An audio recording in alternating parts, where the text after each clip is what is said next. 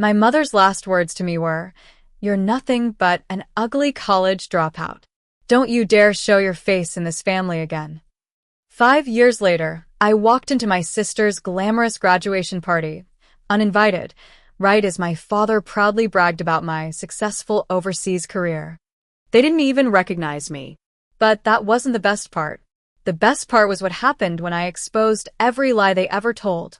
If you've ever been underestimated, if you've ever been pushed aside, dismissed, or told you'd never become anything, hit that subscribe button. Like this video for the ultimate dose of poetic justice, and buckle up because this revenge wasn't just served. It was served ice cold. My name is Athena. I'm 27 years old now.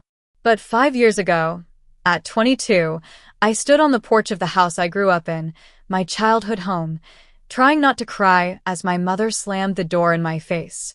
My suitcase sat at my feet. I remember staring at it, numb, as laughter drifted through the window.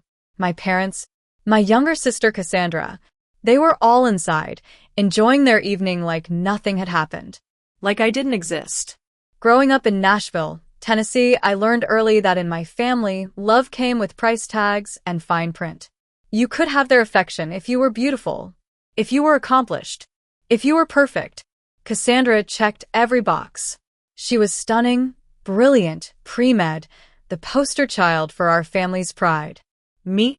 I was the other one. The plain daughter. The artsy one who wasted time drawing. The embarrassment. My father used to tell me that graphic design wasn't real work. My mother constantly compared me to Cassandra, always reminding me who the superior sister was. And when my mental health crumbled under the pressure, when anxiety and depression pinned me to my bed, when I stopped eating, stopped sleeping, stopped functioning, they didn't ask what was wrong. They didn't ask if I needed help. They told me to stop being dramatic. When I dropped out of college to save myself from a complete breakdown, they didn't see a daughter in pain. They saw an inconvenience, a stain on their reputation. So they gave me 1 week to pack my things, 1 week to disappear. 1 week to stop being their problem. I left with nothing. And no one. For months, I couch surfed, picking up any job that kept me fed. Waitressing. Night cleaning. Retail. Barely scraping by. Barely breathing. Fighting off the voice in my head.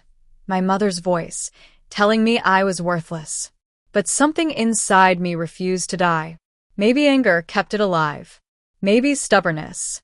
Maybe some tiny ember of self-worth. Whatever it was, it pushed me to start over. I taught myself advanced design software using free tutorials. I built a portfolio from scratch. I offered to design logos and websites for small businesses, sometimes for $50, sometimes for free, just to gain experience. I saved every dollar I could. I went hungry some nights so I could pay for internet access. And slowly, painfully, my life started taking shape. A studio apartment, then a 1-bedroom, then my own tiny agency. Clients grew. Projects expanded. I hired help. I became someone I never thought I could be. Someone worthy. Someone strong. Someone successful. I changed my phone number. Moved across the city. Cut ties with my family completely. They didn't look for me. They didn't call. I doubt they even noticed I was gone. Then, one warm spring evening, I got a message from an old friend. "Are you coming to Cassandra's graduation party? Your family said they hope you can make it." I almost laughed. My family? Hoping I'd show up? It felt like a trap. But something inside me, the part still carrying old scars, whispered, "Go. Let them see who you've become." So, I made my decision. The venue was dripping in wealth.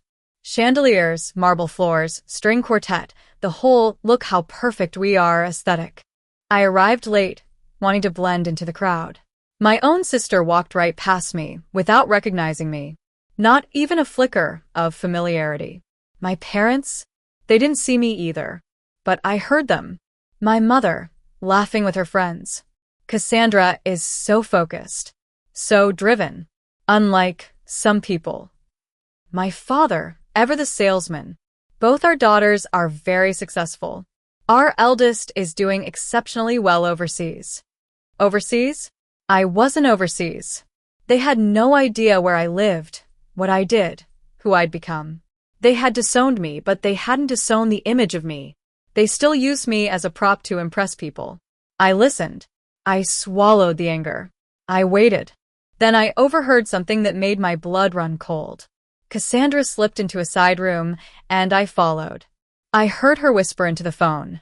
"No, Mom. She won't show up. She doesn't know about the party. And yes, the lawyer says we can claim Athena forfeited her trust fund. She cut contact, so it should be easy. That money should go to me anyway." My heart slammed against my ribs. My grandmother, the one person who ever showed me real love, had left us both a trust fund, and they were plotting to steal mine. I hit record on my phone, got the entire conversation.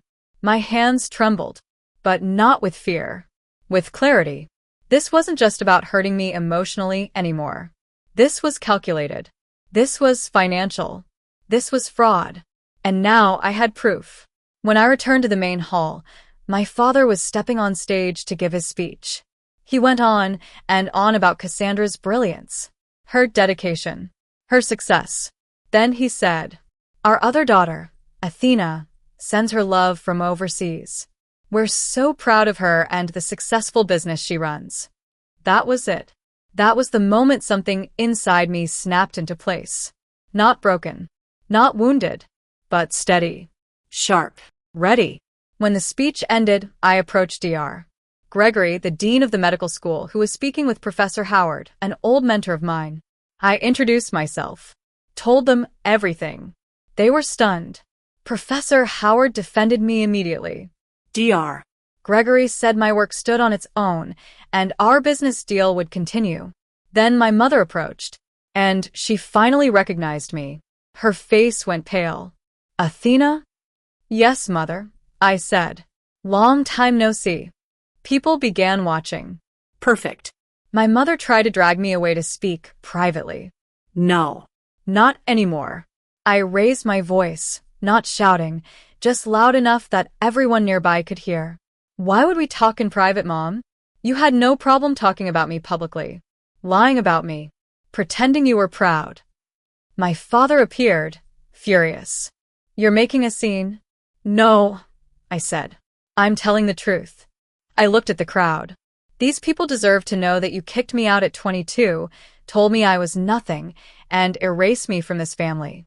You haven't spoken to me in 5 years. Yet tonight, you stood on stage and pretended I was part of this family. Pretended you supported me. Pretended you knew anything about me.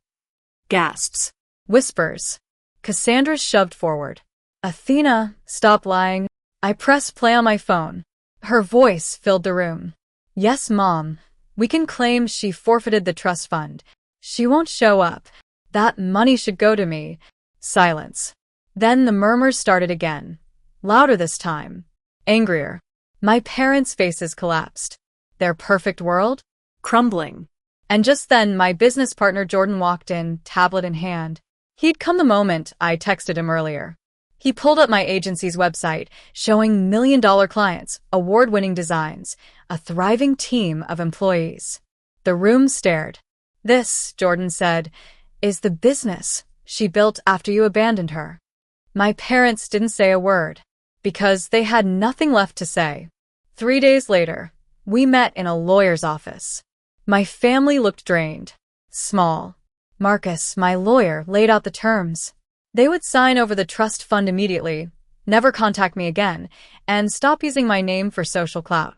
If they refused, we'd press fraud charges, release recordings, let every business partner and social friend see the truth. They signed. Every page, every line, every consequence. Cassandra didn't look at me once. My mother cried. My father looked defeated. And I walked out of that office lighter than I'd ever felt. Within months, their social circle dissolved. Their business partners backed away. Their reputation evaporated. Cassandra struggled to get a residency. Word travels fast in the medical community. My family lost everything they valued. And me?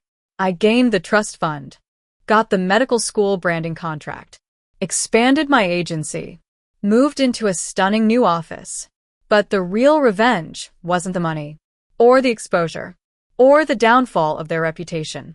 The real revenge was that I didn't need them. Not anymore. Not ever again. I had built my own life, one they never believed I could. And I was finally, truly free. Sometimes the family you're born into fails you. And sometimes the greatest justice is carving out a life without them, one so strong, so full, so self-made that their absence becomes irrelevant. That's the real victory. If this story hit home for you, hit that like button. Subscribe for more jaw-dropping revenge stories, and tell me in the comments, what's the most satisfying moment of vindication you've ever had? I read every single one. Until next time, stay strong, stay kind, and never let anyone define your worth.